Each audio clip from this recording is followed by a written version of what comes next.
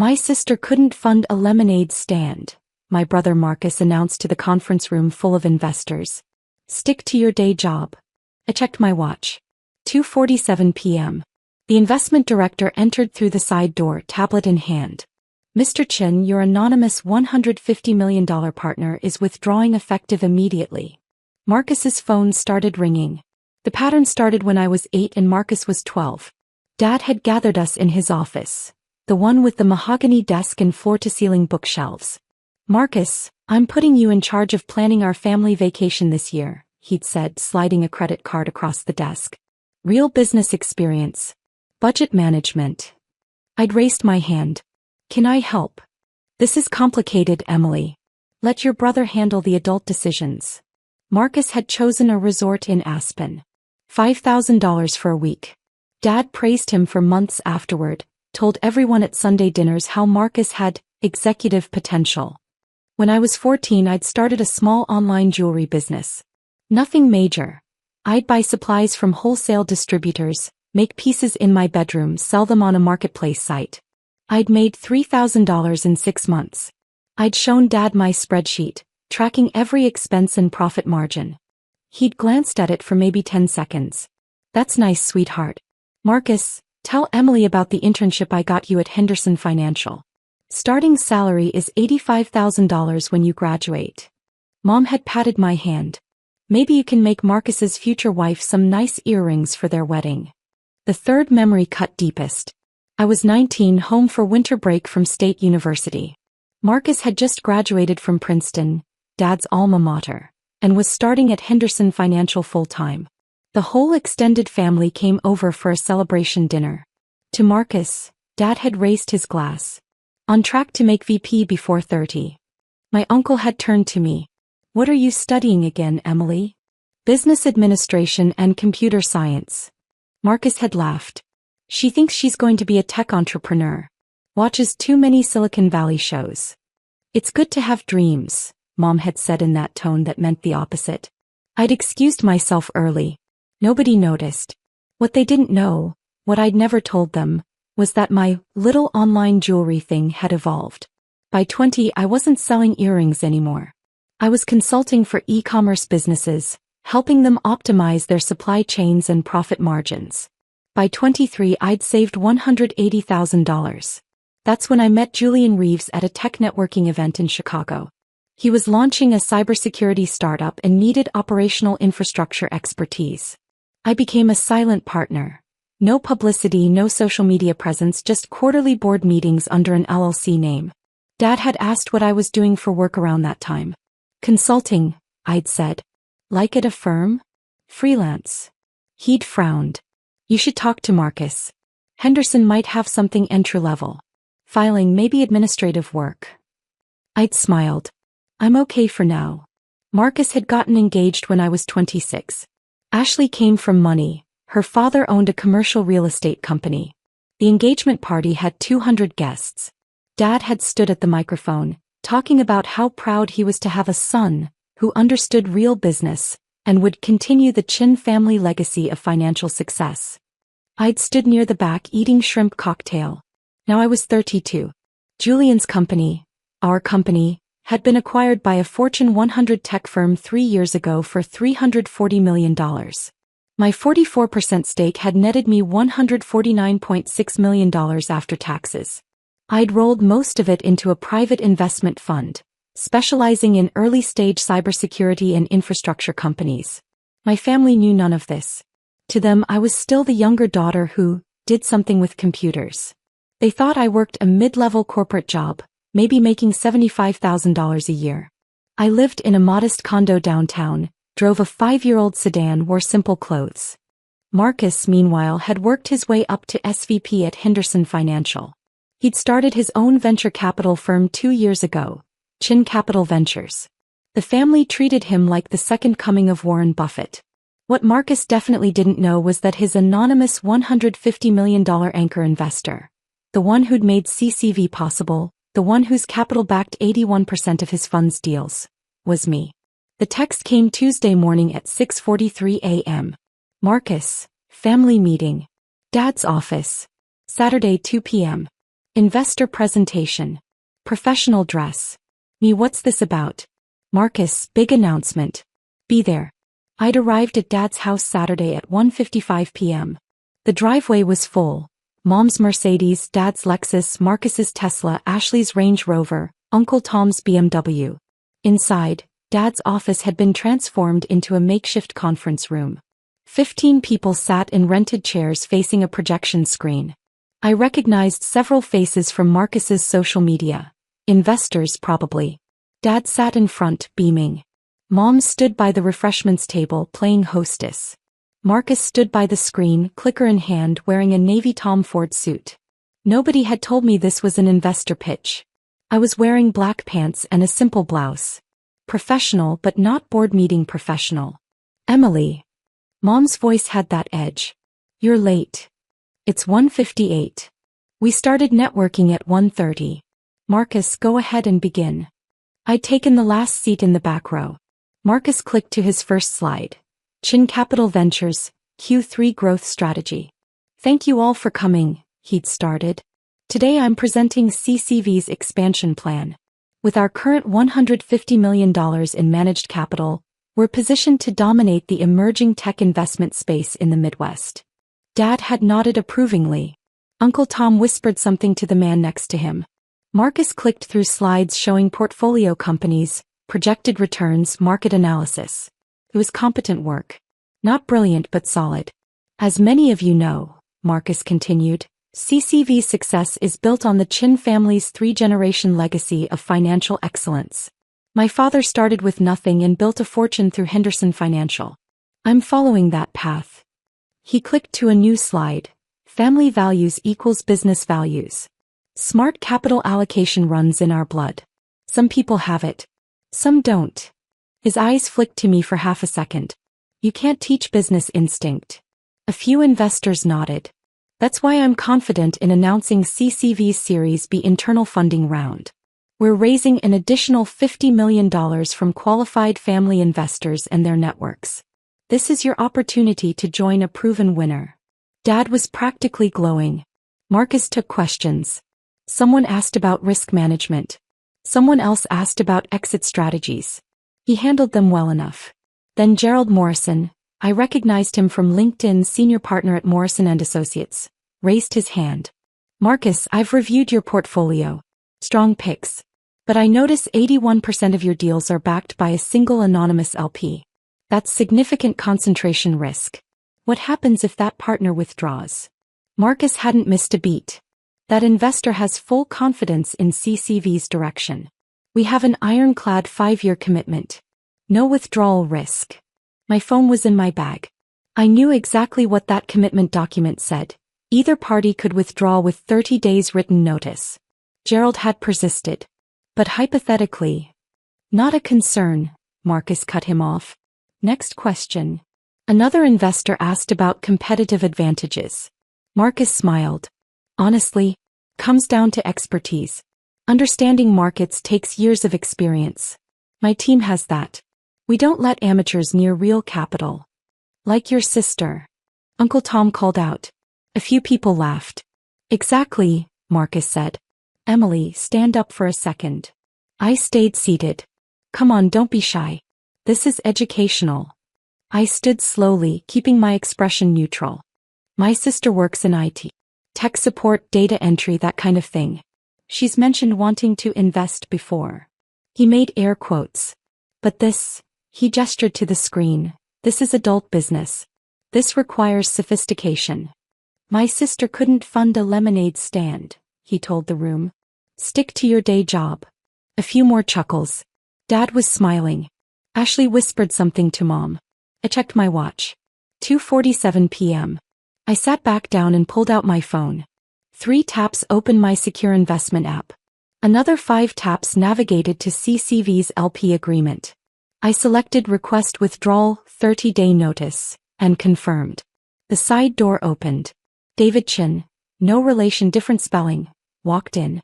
He was the investment director at Reichman Private Advisors, the firm that managed my fund's legal and administrative operations. Marcus stopped mid-sentence. Can I help you? David walked directly to Marcus, tablet extended. Mr. Chin, your anonymous $150 million partner is withdrawing effective immediately. All committed capital will be returned within 30 days per your LP Agreement Clause 7.2. The room went completely silent. Marcus's phone started ringing. What Marcus didn't know, what I'd deliberately kept hidden for 7 years, was that I hadn't just gotten lucky with one company. After the Reeve Security acquisition, I'd spent 6 months thinking about what I actually wanted. Not what Dad wanted. Not what would impress Marcus. What I wanted. The answer was simple: I wanted to build things. I wanted to find brilliant people with brilliant ideas and help them succeed. So I'd started my investment fund with $120 million of my own capital. I'd named it Clearview Capital Partners. Deliberately boring, deliberately unmemorable. I'd structured it as a private fund with minimal public footprint. No website beyond a single holding page. No social media. No press releases. I'd made my first investment 9 months later. $8 million into a female-founded logistics optimization startup. They'd been rejected by 37 other investors. I'd seen their pitch deck and known immediately they'd solve a real problem. They'd sold to Amazon 2 years later for $180 million. My return, $31 million. The second investment was $12 million into a cybersecurity insurance company. Return, $43 million. Third investment, $15 million into a supply chain transparency platform. Return, $67 million. By year 3, Clearview Capital Partners was managing $340 million in assets across 17 portfolio companies. My personal net worth had reached $280 million. By year 5, I'd invested in 43 companies. 31 were still operating. 8 had been acquired. 4 had failed, acceptable ratio. My fund's 5-year return was 438%. I'd joined 3 corporate boards, under my real name, but the companies were all private. I'd been invited to speak at 2 closed-door investment conferences. I'd been profiled in Private Equity Weekly under the headline, The Invisible Hand, How One Midwest Investor is Quietly Dominating Early-Stage Tech. Dad didn't read Private Equity Weekly. When Marcus had started Chin Capital Ventures, he'd needed an anchor investor. His pitch had been decent. His deal flow was okay. His terms were acceptable. But more than that, I'd wanted to see if he could actually do it. If he had the instinct he claimed to have. If he was as good as Dad said. I'd committed $150 million through an LLC structure. Summit Ridge Capital Management LLC. Anonymous, untraceable to me without serious digging. For 2 years it had been fine. Marcus made reasonable investments. Nothing spectacular but solid 7% annual returns. He was cautious, which wasn't bad for a first-time fund manager. Then 6 months ago he'd started getting cocky. He'd passed on 3 deals I'd specifically recommended through anonymous market research reports my team sent to his firm. Good deals. One had already been acquired for 8x returns by another fund. He'd started making increasingly risky bets. He'd invested $4 million in his college roommate's crypto startup against my team's advice. It had lost 91% of its value in 4 months. Last month he told Dad at Sunday dinner that he was tired of being limited by conservative partners and was ready to make real moves. I'd started drafting the withdrawal notice that night. What had stopped me was curiosity. I'd wanted to see what real moves meant. Now, sitting in Dad's office watching David hand Marcus the withdrawal document, I had my answer. Real moves meant humiliating your sister in front of investors to look smart. Marcus stared at the tablet. This is a mistake. It's not, David said calmly. The LP submitted formal withdrawal notice at 2:47 p.m. today. Per your agreement, they have the right to immediate withdrawal with return of all committed capital within 30 days. Who? Marcus's face had lost color. Who is the LP? David glanced at me. I'm not authorized to disclose that without their permission. Marcus's phone kept ringing. He declined the call. It immediately started again. This is ridiculous. Ashley stood up. Marcus, call your lawyer. I am his lawyer, Gerald Morrison said slowly. Marcus, you told me that commitment was ironclad. It is, Marcus looked at the tablet again. There must be some negotiation possible. The LP was quite clear, David said. Immediate withdrawal. Dad stood up. Now let's all calm down. I'm sure this is just a misunderstanding. Marcus, who is this partner? I don't know. They insisted on anonymity.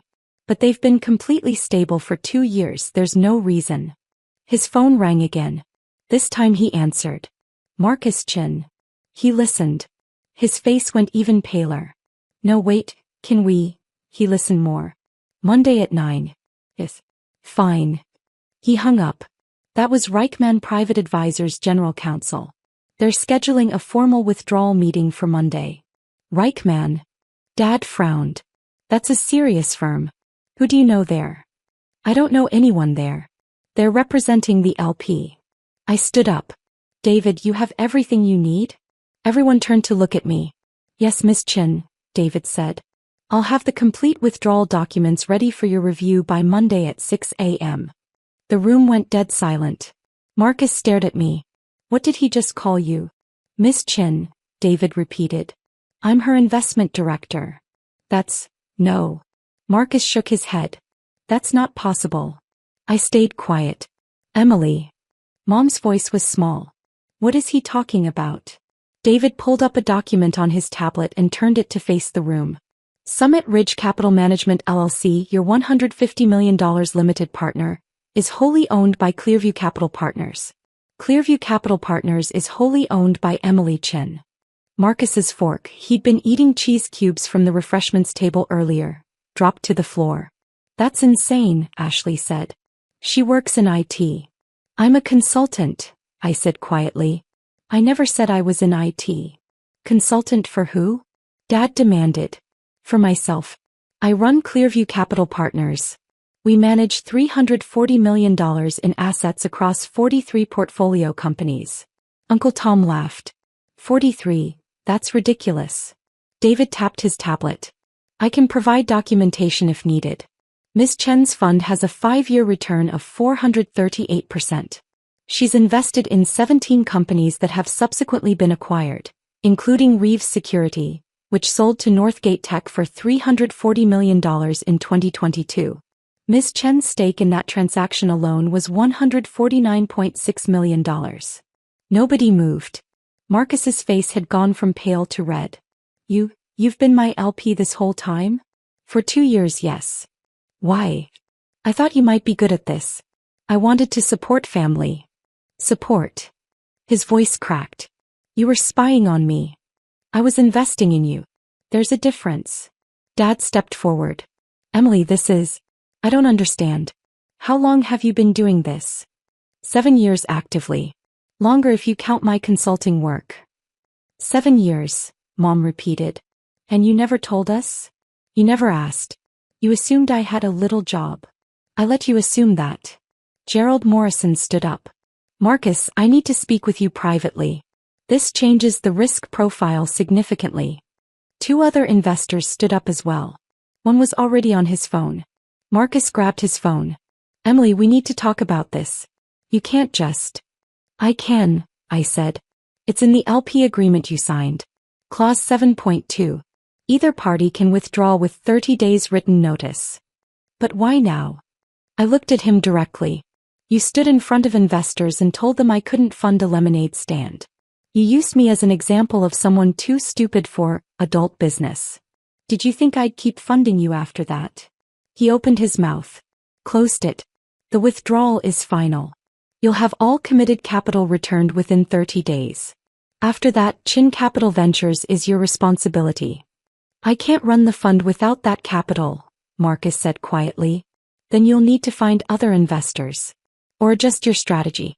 That's adult business, Marcus. Ashley stepped toward me. You've been lying to this family for years. I haven't lied once, I interrupted.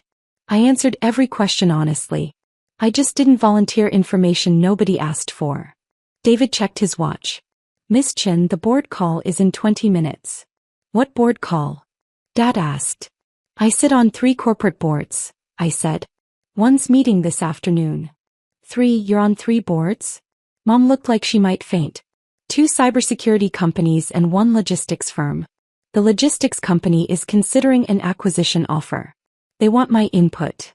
I picked up my bag. Emily, wait, Dad said. We need to discuss this as a family. I'm available for discussion. I've been available for 7 years. You never wanted to discuss my work before. That's because we didn't know. You didn't know because you never asked. You assumed. There's a difference. Gerald Morrison was talking rapidly to another investor near the door. I caught the words complete restructure and untenable position. Marcus sank into a chair. How much of my portfolio did you back? 81% of your deals over 2 years. His hands were shaking. What am I supposed to do? What you've been telling everyone you're capable of doing. Real business. Adult decisions. I walked toward the door. David followed. Emily Chin, Dad said using that tone that used to make me freeze when I was 8. I turned. This is family. You don't just walk away from family. I'm not walking away. I'm setting boundaries. There's a difference. Mom had tears in her eyes. After everything we've done for you. You sent Marcus to Princeton and me to state school. You gave him a credit card at 12 and told me business was too complicated. You celebrated every job he got and forgot to ask about mine. That's what you did for me. We treated you equally. No, Mom. You didn't. And I was okay with that. I built something anyway. I just don't need to fund Marcus's firm while he humiliates me. I walked out. Behind me, I heard Marcus's phone start ringing again. Immediate consequences, 48 hours. By Monday morning, my phone had 63 missed calls from family members. I didn't return them. At 9 a.m., I attended the formal withdrawal meeting at Reichman Private Advisors' downtown office. Marcus showed up with 2 lawyers. The meeting took 17 minutes. All committed capital will be returned by October 15th, David said. That's 28 days from now. We need at least 90 days, one of Marcus's lawyers said. The agreement specifies 30. We're being generous. This will destroy Chen Capital Ventures. That's Mr. Chen's concern, not Ms. Chen's. Marcus had looked at me across the conference table. Emily, please. We can work something out. I'll apologize publicly. I'll make it right. The decision is final. I'm your brother. You're also a fund manager who violated professional respect. If I kept funding you after that, I'd be a bad investor. By Monday afternoon, 3 of Marcus's other investors had withdrawn their commitments. Smaller amounts, $3M, $5 million, $2 million, but enough to matter. Gerald Morrison called me Tuesday morning. Miss Chin, this is highly irregular, but I wanted to reach out directly. I'm representing several investors who are concerned about CCV's viability. That's not my concern anymore. I understand. I also wanted to apologize. The comment I made on Saturday, like your sister, was inappropriate. I didn't know. Nobody did. That was intentional. May I ask why? Because it was easier. If my family knew, every conversation would be about money. This way I could focus on work. And now they know. So I'll deal with that. By Thursday, word had gotten out in the investment community. I started getting LinkedIn messages. Heard you're the silent force behind CCV. Impressive discretion. Would love to discuss potential LP opportunities with Clearview Capital. Did Marcus Chin really not know? That's legendary. Escalating consequences, week 2 to 3. Marcus called on day 12. I answered. I need to close CCV, he said. No greeting. Without your capital and the other LPs who pulled out, I can't meet my fund obligations. What about the Series B you were pitching? Nobody's investing. Word got out about the withdrawal. They think I'm radioactive. I'm sorry that happened. Are you though? I thought about it. I'm sorry your fund is closing. I'm not sorry I withdrew. Dad says I should sue you. For what? Exercising my contractual rights. He was quiet. He's really angry. He says you embarrassed the family. I withdrew capital from an investment that wasn't meeting my standards. That's business. You did it because I insulted you. Yes. Those 2 things can both be true. He hung up. By week 3, the family dynamics had shifted noticeably. Sunday dinners, which I stopped attending, apparently became tense. Mom texted me daily. Your brother is devastated. Dad won't even talk about you. This is tearing the family apart. I didn't respond. Uncle Tom called. Emily, I need to apologize. The comment I made about you at the presentation was out of line.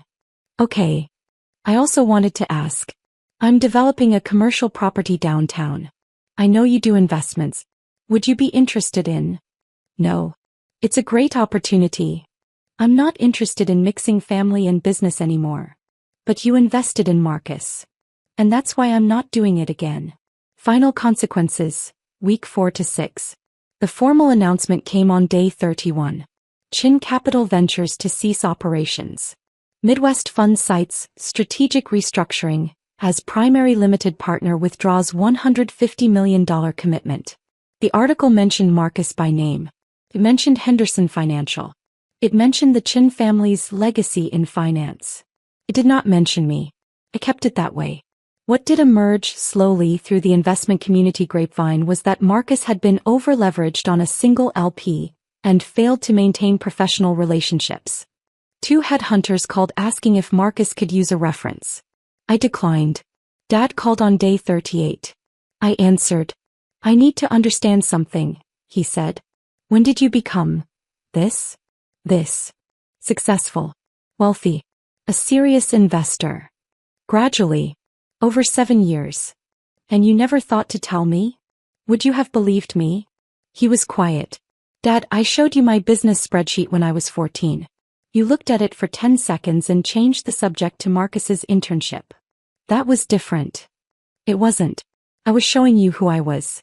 You weren't interested. That's not fair. Maybe not. But it's true. Marcus looks up to you, you know. Under all the competition, he admires you. He has an interesting way of showing it. He's young. He made a mistake. He's 36, Dad. That's not young. And publicly humiliating someone who's secretly funding your entire business isn't a mistake. It's a choice. Dad sighed. Your mother wants you to come to Sunday dinner. I don't think that's a good idea. It's family. Family shows up. Family listens. Family doesn't mock you in front of strangers. You want me at dinner? But the dynamic has changed. What does that mean? It means I'm not the daughter who sits in the back anymore. I went to Sunday dinner 6 weeks after the withdrawal. Everyone was there. Marcus, Ashley, Dad, Uncle Tom, Aunt Jennifer. The dining room was quiet when I walked in.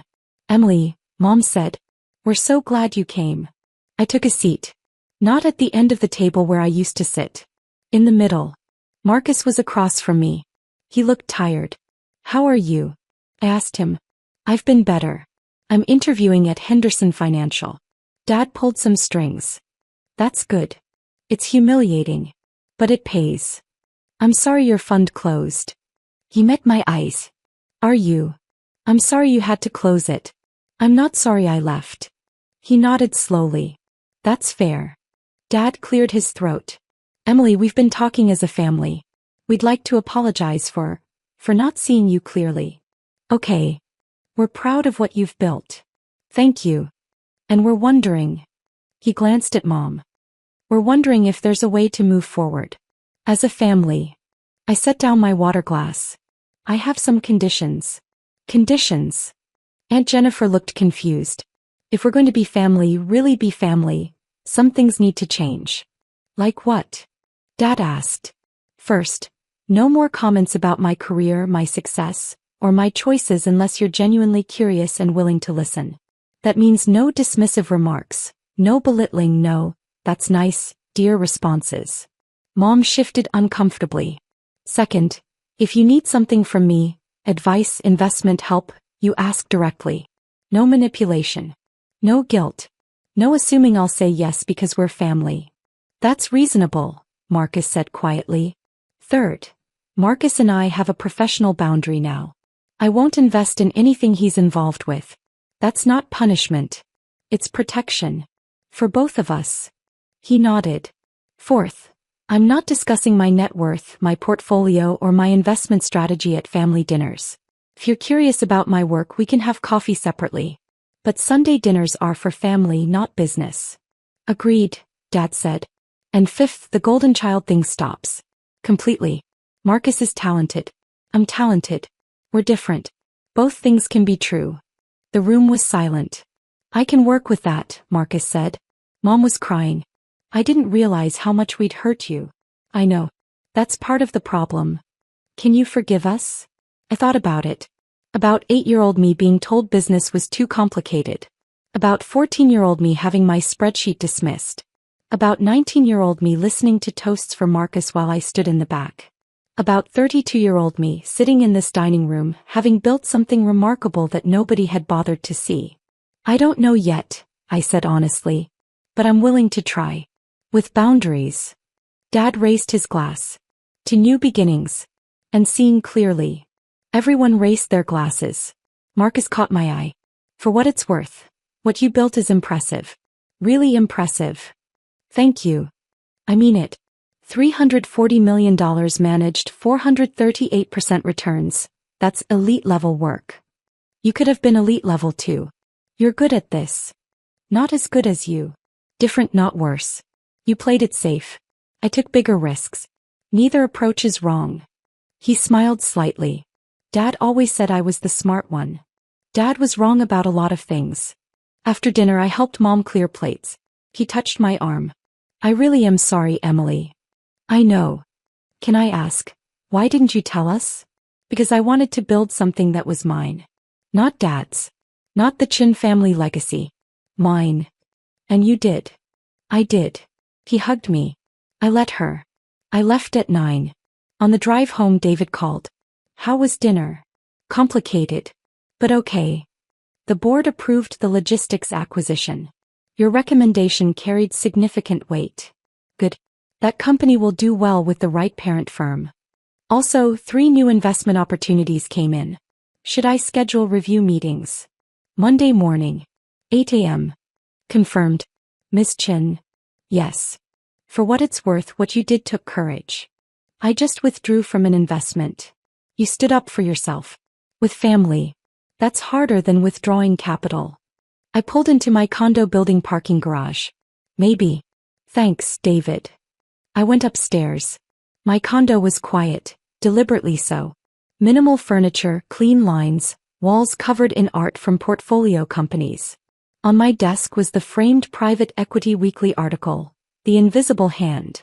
I wasn't invisible anymore. I didn't know yet if that was better or worse. But it was mine. And that was enough.